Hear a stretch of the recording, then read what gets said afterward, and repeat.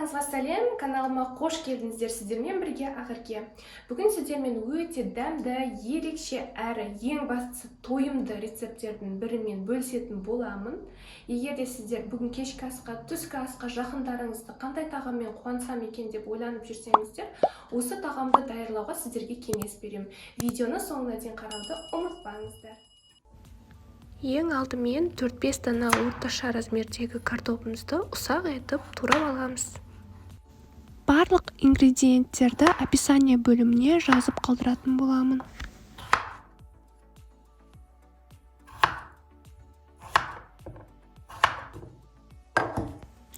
Одан соң осындай ыдысымызға туралған картопымызды салып, бетін толықтай су жауып тұратындай су құйып, плитамызға қоятын боламыз.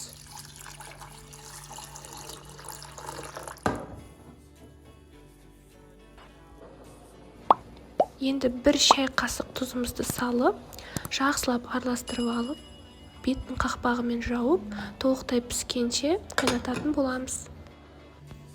Енді бетіндегі салмасын дайындайтын боламыз. Ол үшін ең алдымен орташа размердегі осындай жуамызды алып, майда етіп турап шығамыз.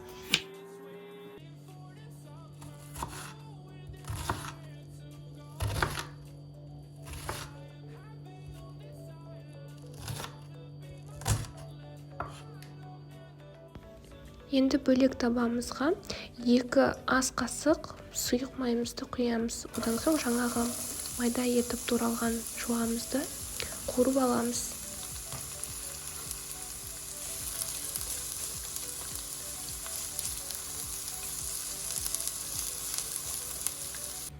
Енді бізге осындай тәтті бұрыш қажет болады. Оны да осылай ішін тазалап, майда етіп, 4 бұрышты орысша айтқанда кубики етіп турап шығамыз.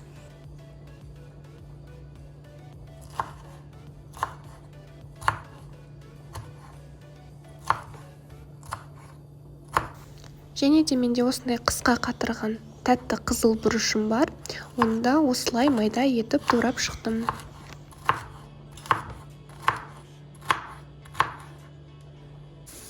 Енді қуырып жатқан жуамыздың үстіне осы тәтті бұрышымызды салып жақсылап араластырып аламыз.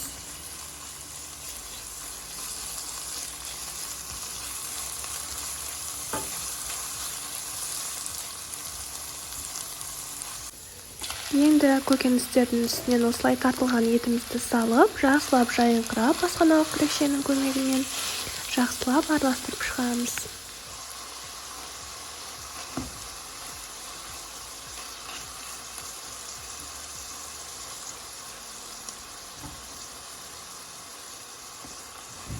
Енді дәмдеуіштерімізді қосатын боламыз. Менде ол 1 шай қасық паприка, 1 шай қасық қара бұрыш, одан соң 1 шай қасық тұз.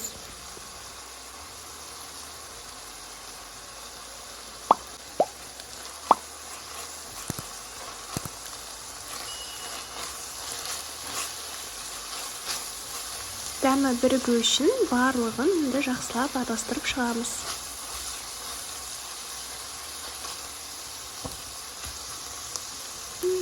Енді соңғы ингредиент ол қызанағымыз қалды. Жаңағы көкөністер секілді қызанағымызды да майда етіп, кубики етіп турап шығамыз. Енді еттік салмамызға осы туралған қызанағымызды салып, үстінен 1 ас қасық томат пастасын салып, жақсылап араластырып шығамыз.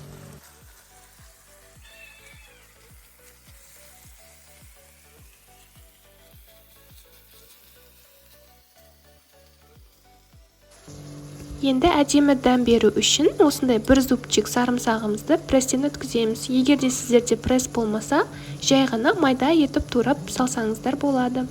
Енді осының барлығын жақсылап араластырып, қақпағын жауып 5 минутқа бұқтырып қоямыз.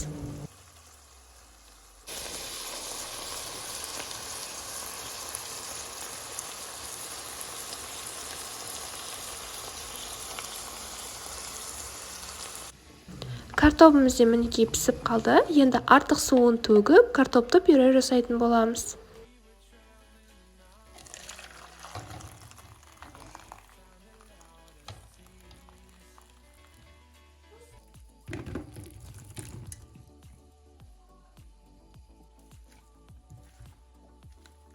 Картопымызды бөлек ыдысқа салып алып, бетіне сары майын қойып, шанышқының көмегімен осылай езіңкіреп, барлығын пюре етіп езіп шығамыз.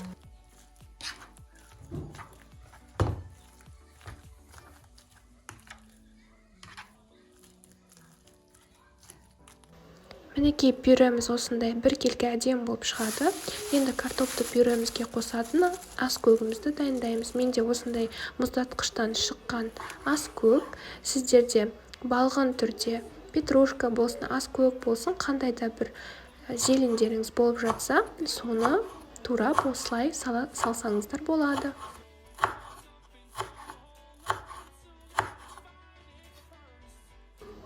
Туралған ас көгімізді енді картопты пюремізге салып алып, жақсылап араластырып шығамыз.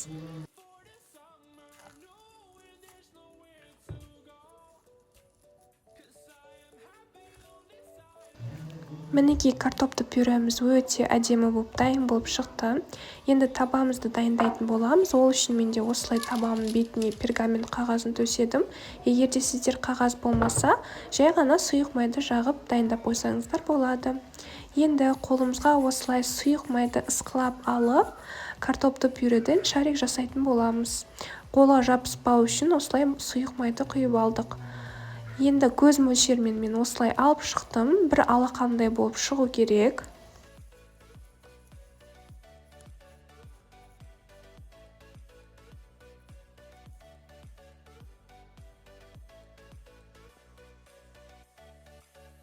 Мінекей осындай 6 дана картопты шаригіміз дайын болды.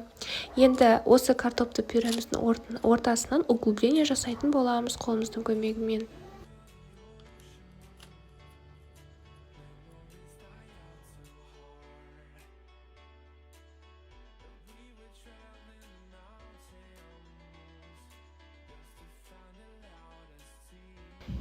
Енді етті салманың астына салынатын және бетіне қойылатын ірімшікті дайындаймыз, яғни сырды.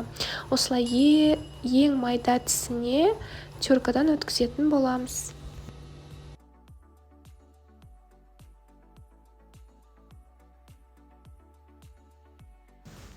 Ең алдымен картопты пюремізге осылай ірімшікті астына салып шығамыз.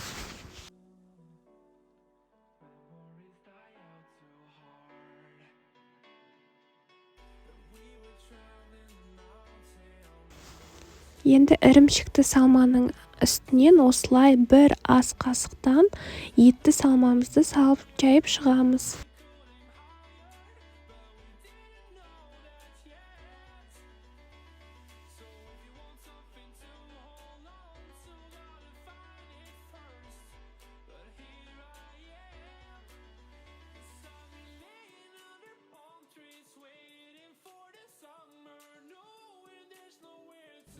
Етті салмамызды осылай барлығының бетіне салып шықтық. Осындай өте әдемі болып шықты.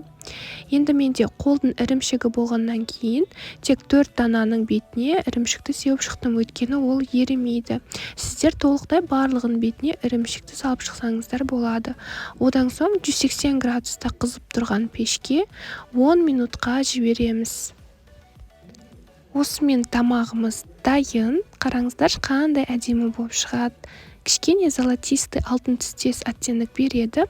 Және менің ірімшіктерім онша ермеген соң, осылай майонездің көмегімен бетіне кішкене қойып, одан соң әсемдігі үшін ас көкті де қойып шықтым.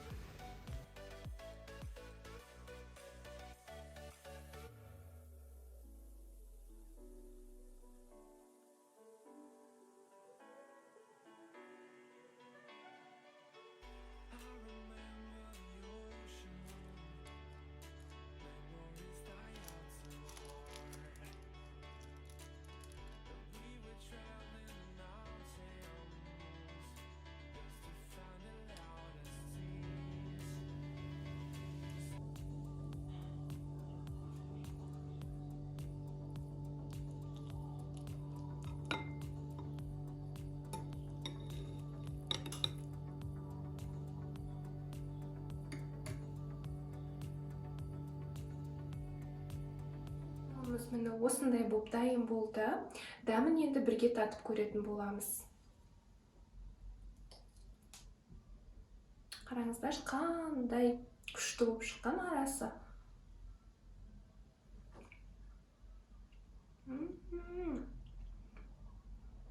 Міндетті түрде дайындап көріңіздер. Дәміне енді сөз жоқ, бұны дайындап көру керек. Менің каналымда көрерменнің 90%-ы видеоларымды подпискасыз көреді екен. Егер де сіздер қазақша контенттің өсіп, өніп, дамуын қаласаңыздар, менің каналыма тіркеліп, лайк басып, комментарий жазуды ұмытпаңыздар. Сіздерлердің қолдауларыңызды күтетін боламын. Назарларыңызға рахмет, астарыңыз дәмді болсын.